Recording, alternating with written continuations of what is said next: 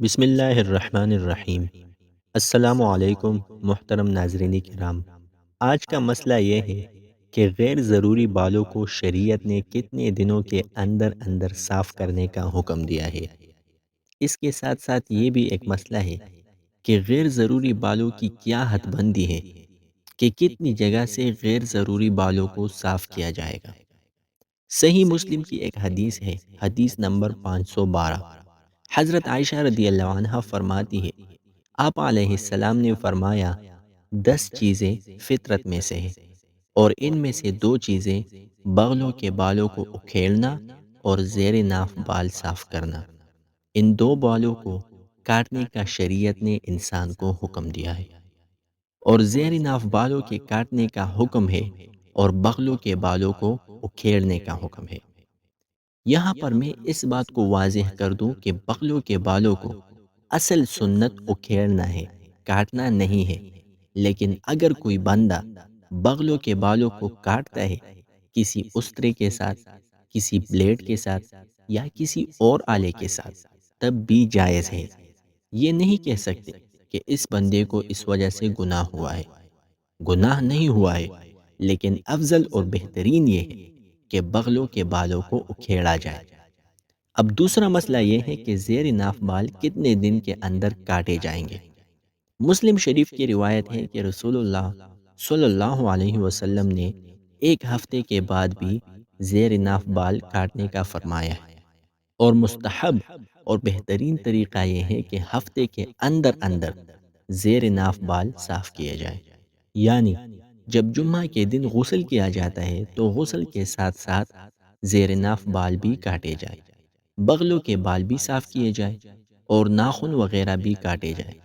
لیکن اگر ایک بندہ 1 ہفتے کے اندر ان بالوں کو صاف نہیں کر سکتا تو وہ 15 دن کے اندر ان بالوں کو کاٹ دے، اور اگر وہ 15 دن کے اندر بھی نہیں کر سکتا تو اس کی آخری جو حد ہے، جو آپ صلی اللہ علیہ وسلم نے ارشاد فرمائی، وہ 40 دن ہے۔ 40 دن کے اندر اندر ان بالوں کو صاف کیا جائے گا۔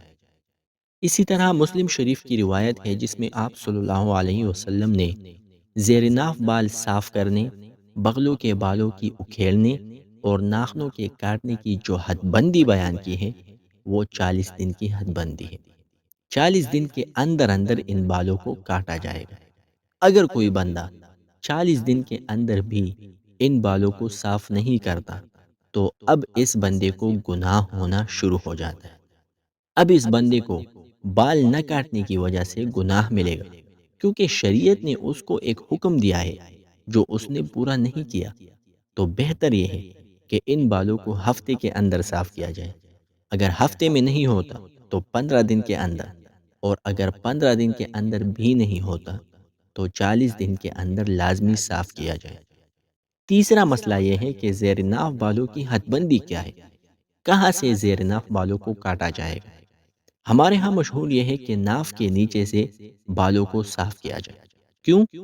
کیونکہ کہا جاتا ہے کہ ناف کے نیچے سے بال صاف کیے جائیں۔ حالانکہ اصل بات یہ ہے کہ ناف کے نیچے سے بال صاف کرنا کوئی ضروری نہیں ہے۔ چونکہ بال ناف کے نیچے ہی تھے تو اس لیے اس کو نام دے دیا گیا زیر ناف بال۔ حقیقت میں ان کی حد یہ ہے کہ جہاں پر ہمارے پیٹ کا حصہ ختم ہو جاتا ہے، جہاں پر ہمارے پیٹ کی جڑ ہوتی ہے، وہاں سے لے کر شرمگاہ تک ان تمام بالوں کو صاف کیا جائے۔ یعنی اس کی ابتدا کرنے کی جو جگہ ہے وہ ہمارے پیٹ میں موجود وہ بل ہے۔ یعنی جب ہم بیٹھتے ہیں تو ہمارے پیٹ میں ایک بل بن جاتا ہے، وہاں سے لے کر بالوں کو صاف کیا جائے گا۔ شرمگاہ پر موجود تمام بالوں کو صاف، خصیتین کے بالوں کو صاف کیا جائے گا۔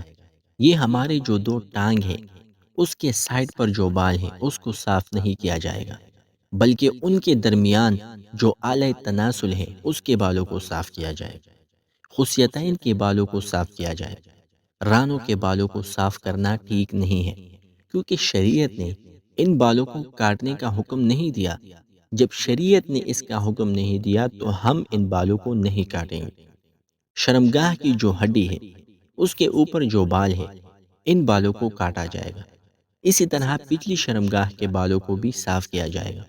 درمیان میں جو پٹی ہے وہ لکیردار پٹی، ان بالوں کو بھی صاف کیا جائے گا، کیونکہ اگر ہم خصیتین کے بعد پچھلی شرمگاہ کے بال نہیں کاٹتے تو ان بالوں میں پاخانہ جمع ہو سکتا ہے، پاخانہ رہ سکتا ہے۔ اسی وجہ سے شریعت نے ان بالوں کو بھی کاٹنے کا حکم دیا ہے۔ اللہ تعالیٰ سے دعا ہے کہ ہم سب کو اپنے دین پر عمل کرنے کی توفیق عطا فرمائے۔ آمین ثم آمین۔ اگر آپ کو یہ ویڈیو فائدہ مند لگی ہو تو اس طرح کی مزید ویڈیوز کے لیے چینل کو سبسکرائب اور ویڈیو کو لائک کریں۔ ملتے ہیں اگلی ویڈیو میں۔ اللہ حافظ۔